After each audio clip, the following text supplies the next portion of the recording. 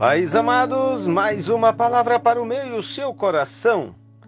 Concluindo hoje, para nós concluirmos, nós estaremos falando mais uma palavra para a sua vida, para a minha vida, para as nossas vidas.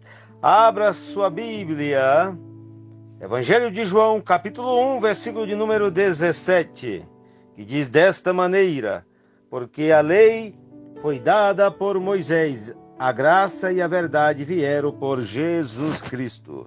Nós continuamos e vamos estar terminando a nossa tríade sobre conhecendo as armadilhas de Satanás. Essa aqui é a parte final. Nós estaremos falando sobre graça enganosa. Então vai pegando essa palavra para a sua vida, porque eu já estou pegando para a minha vida. Quero dizer para você que nós estamos utilizando um livro de John Bevere, Fecha a Porta na Cara do Diabo. Então, através deste livro, nós estamos fazendo essa tríade sobre conhecendo as armadilhas de Satanás. Amados, nós não temos como falar sobre todo o livro. Eu pensei algumas coisas, então nós estamos falando dentro dessa estrutura para que nós venhamos a conhecer um pouco mais. Vamos lá? A graça de nossos dias, ela tem trabalhado de uma forma errônea dentro da igreja do Senhor. A igreja de nossos dias desenvolveu um conceito errado e enganoso, gerado a partir do desenvolvimento de um ensino desequilibrado da graça. Já ouvi muitas vezes referências à graça como uma desculpa a quem cobre nossa vida de desobediência. Falando de uma forma áspera, usamos a graça como forma de justificar nosso estilo de vida egoístico, pessoal, carnal, imoral, pecaminoso.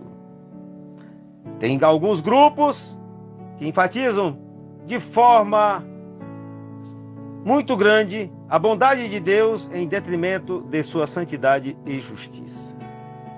Essa guinada à esquerda, preste bem atenção, à esquerda progressista, fez com que muitas pessoas perdessem de vista o propósito de Deus.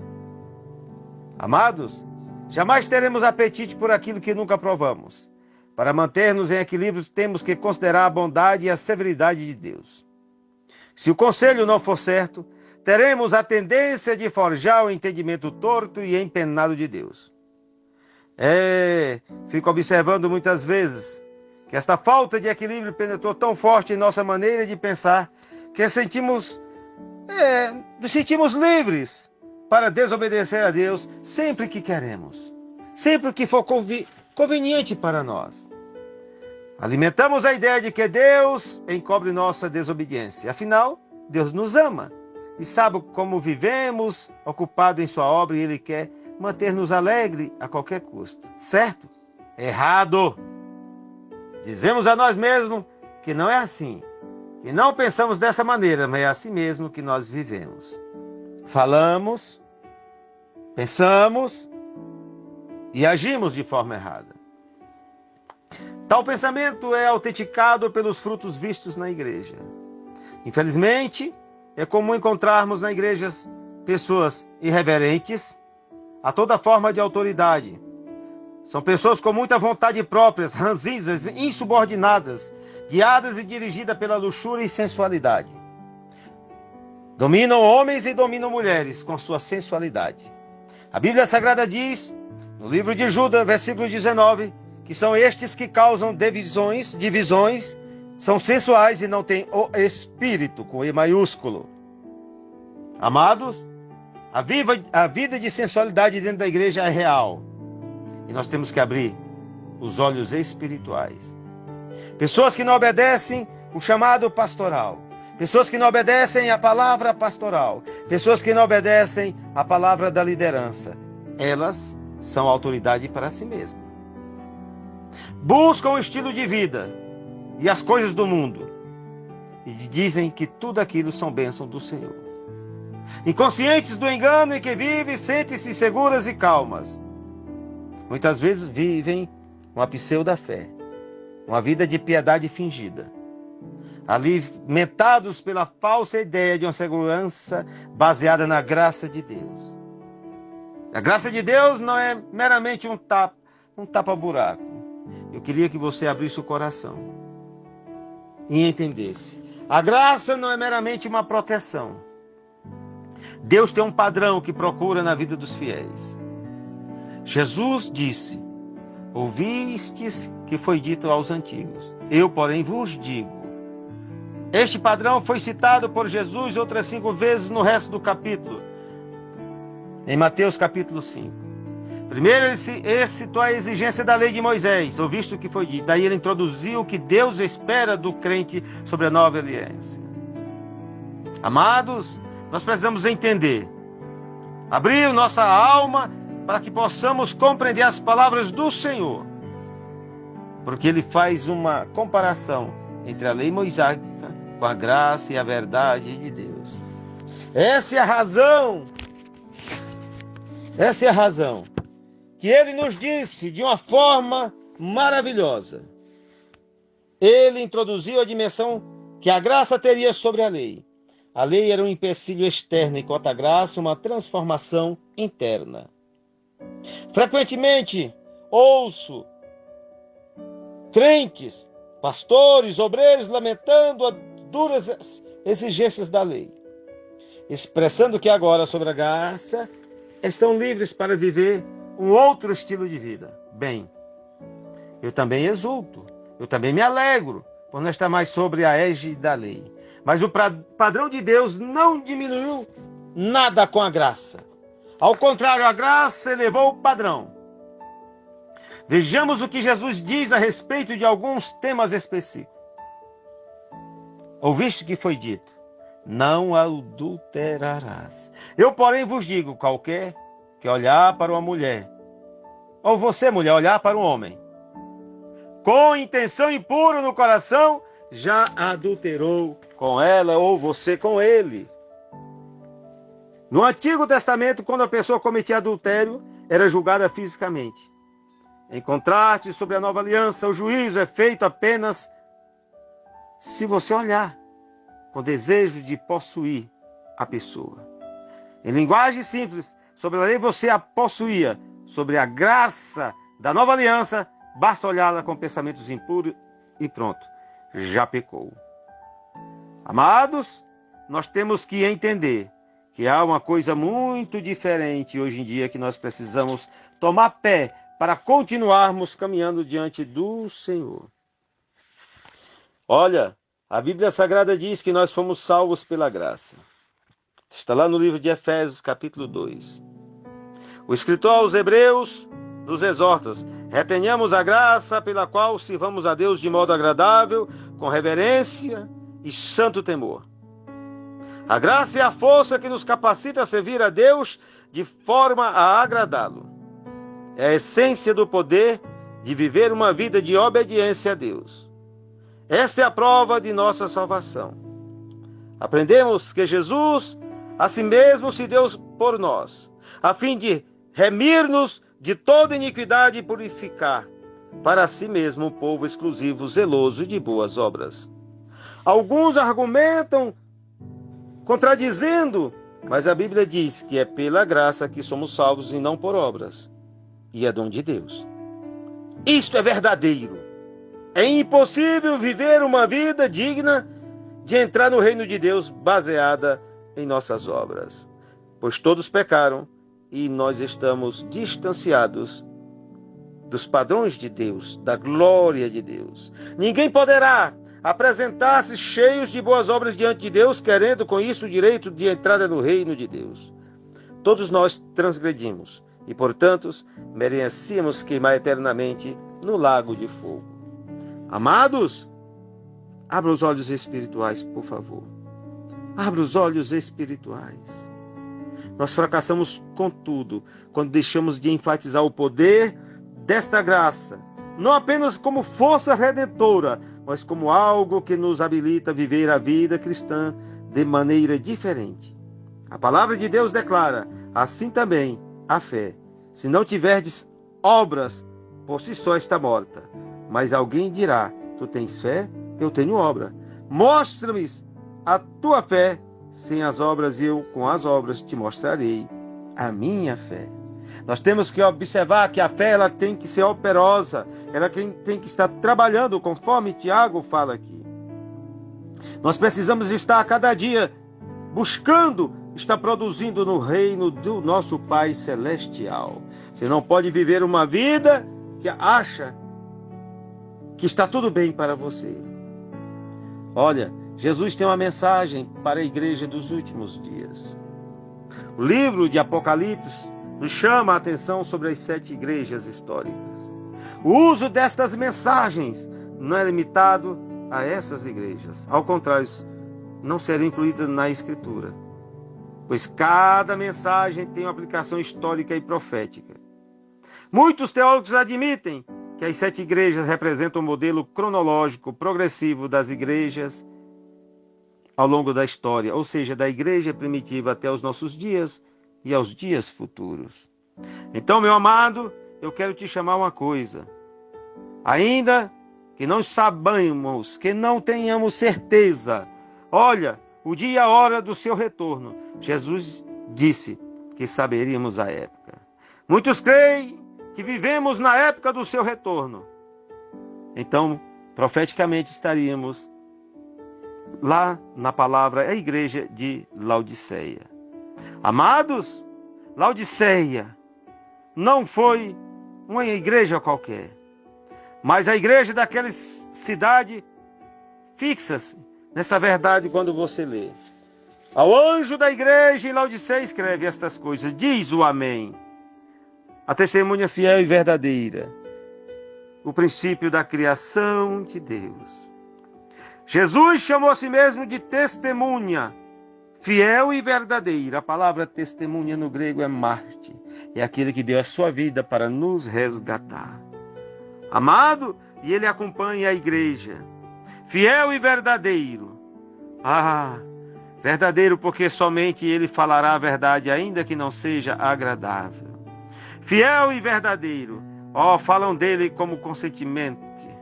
Olha, ele é verdadeiramente verdadeiro, sem levar em conta como reagimos ou o pressionamos.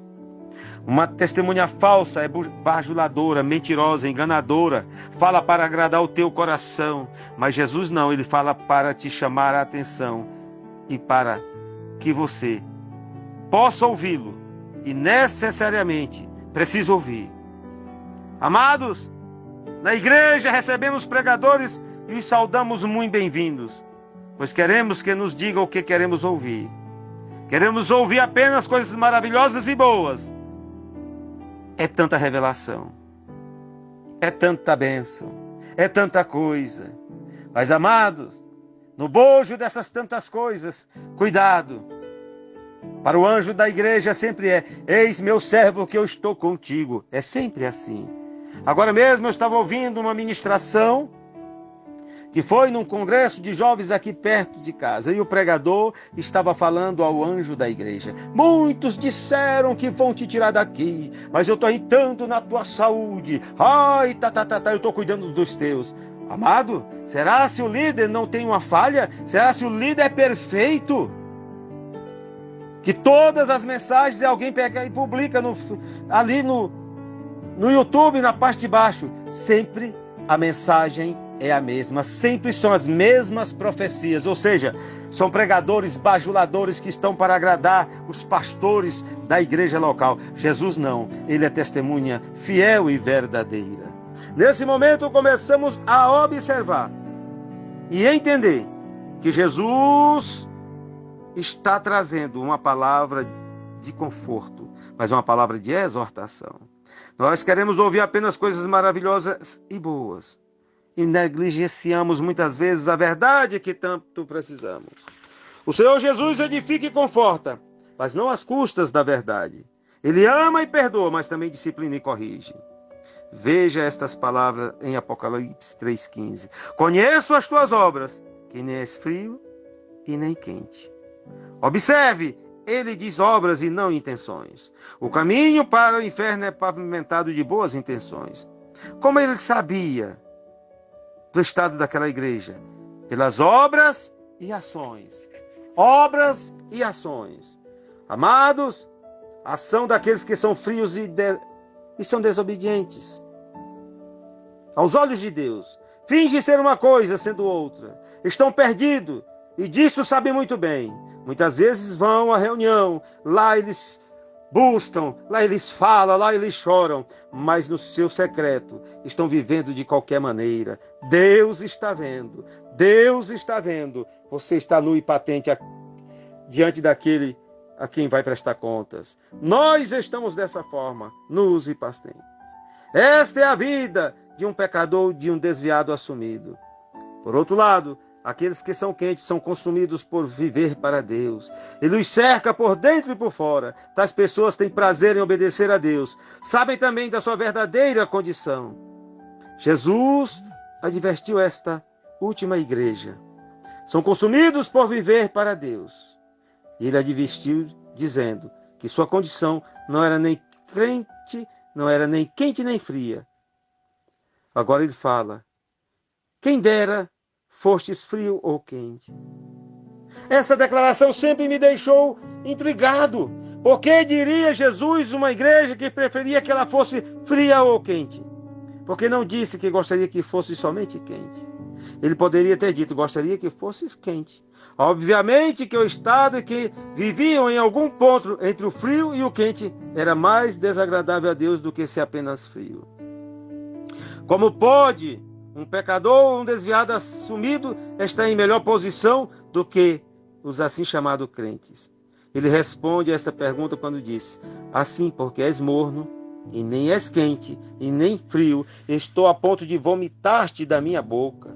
O que é que ser morno? É algo que não está suficientemente quente para ser considerado quente, nem tampouco frio para ser considerado frio.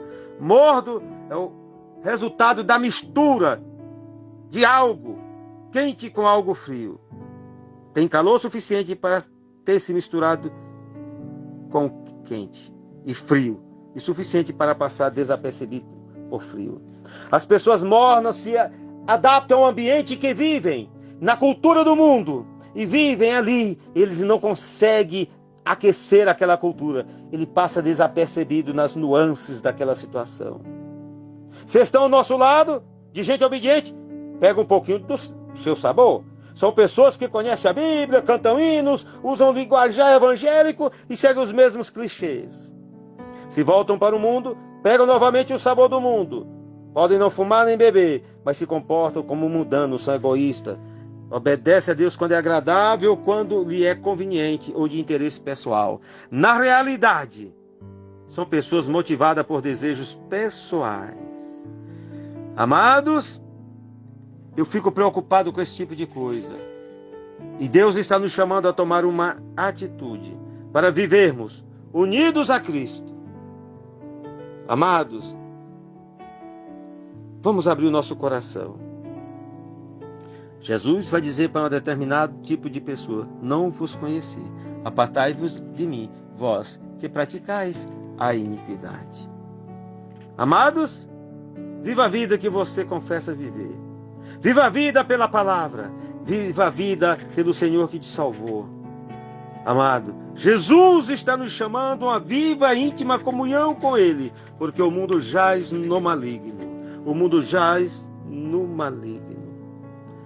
A verdade da palavra de Deus nos alimenta e nos edifica, treinando-nos a discernir entre o pensamento correto e o pensamento errado. Uma verdade pervertida desqualifica-nos para o reino, e é por isso que a palavra de Deus nos orienta dizendo: maneja bem a palavra da verdade. Palavra da verdade, não palavra da mentira. Amado, o alerta é: não permita que as falsas doutrinas da graça o desqualifiquem. O encorajamento é: existe uma força motriz que nos leva a viver uma vida pela graça de Deus sem fracassar. Deus te abençoe em Cristo Jesus. Que a boa mão de Deus esteja sobre a tua vida. Continue sabendo que existe uma graça por aí, que é uma graça enganosa, e nós não desconhecemos os seus ardis. Amado, olha, conhecendo as armadilhas de Satanás. Deus te abençoe, Deus te guarde. Aqui nós encerramos essa tríade. Guarde essa palavra no seu coração. Fica com Deus, que você possa se alegrar na presença do Senhor e obedecer a sua palavra. Pastor Enei Lima, Brasília, Distrito Federal.